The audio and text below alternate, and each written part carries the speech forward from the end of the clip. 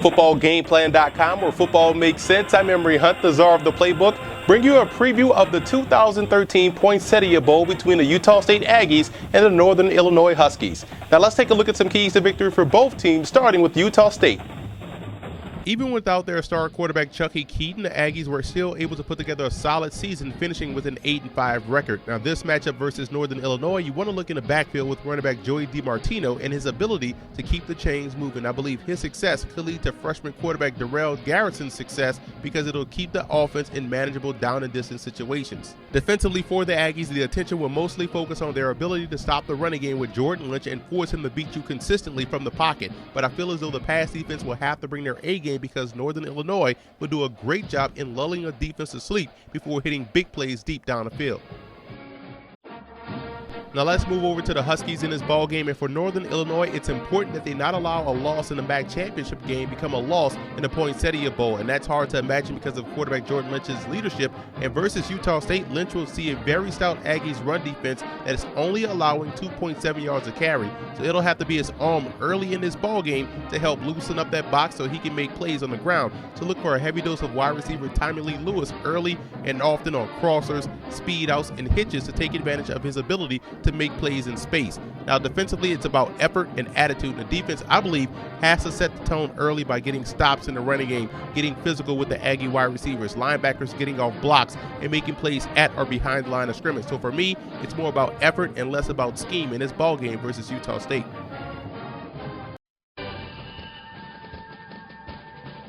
And the X factor for the Aggies will be that run defense. You look at defensive lineman B.J. Larson and company having to win up front in order to have success. Because let's be honest, Northern Illinois will run the football on first, second, and probably third down. So if you can't stop the run, there's no way you're going to be able to knock off Northern Illinois.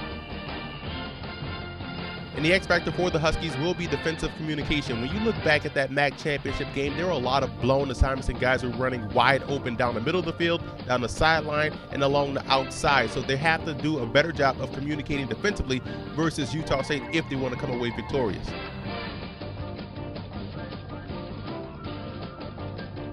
Now here are some coaching points for both teams in this ball game. For Utah State, tight end Keegan Anderson's role. I believe he can have a huge impact not only in the running game, but also in the passing game and just opening up more opportunities for those three wide receivers along the outside. And wide receiver Travis Van Leeuwen on the inside, I believe, could have a lot of success running over the middle of the field. And I would even put Van Leeuwen and Keegan Anderson on the same side, giving that defense that much more to worry about. And one of those guys will draw a one-on-one opportunity.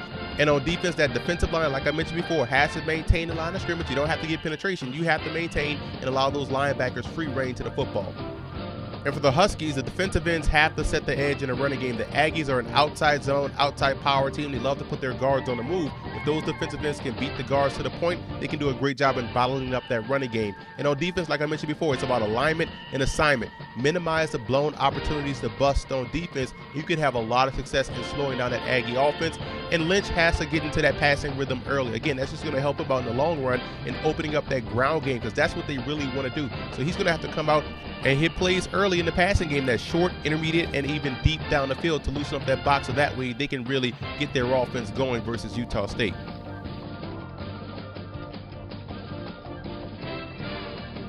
Now here are some 2014 draft prospects you want to keep an eye on in this ball game. For Utah State, the center Tyler Lawson is one of the best centers in the country. Actually was my preseason #1 center overall. And wide receiver Travis Van Leeuwen has had a productive career, big frame, a lot of upside with his potential. And free safety Maurice Alexander, a pretty good safety, sideline to sideline, and also does a great job closer to the line of scrimmage. And also keep an eye on Nevis Lawson, the outstanding cornerback, another great player in the long line of solid defensive backs coming out of that Aggie program.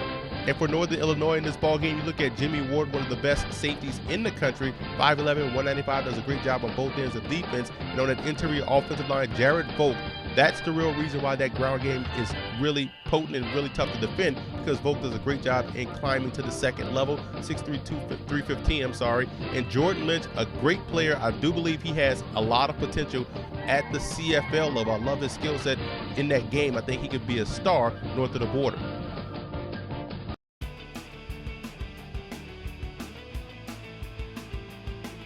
The 2008 Poinsettia Bowl was an excellent matchup between the undefeated and number 9th ranked Boise State Broncos and the 11th ranked TCU Horned Frogs, and Boise raced out to a 13-0 lead before TCU stormed back, led by quarterback Andy Dalton, to score 17 unanswered points to win 17-16.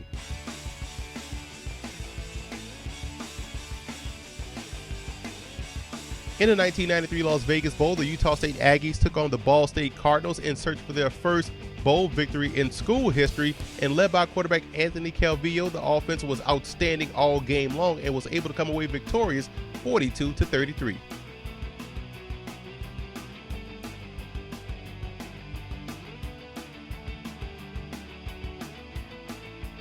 The 10-2 Huskies faced the 7-5 Cal State Fullerton Titans in the 1983 California Raisin Bowl, and the Huskies defense stepped up in a big way, taking care of the Damon Allen-led Titans, winning 20-13 in a year where they won the MAC championship and boasted a defense that only allowed 3 opponents to score over 20 points.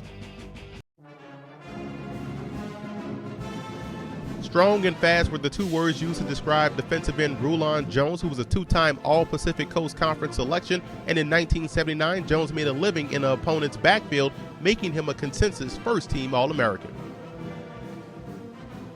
Larry Brink was an outstanding defensive end for Northern Illinois from 1944 to 1947 and was actually the Huskies' first NFL draft selection. He was a constant nuisance for opposing offenses in college, where he was a 3-time first-team All-Conference performer.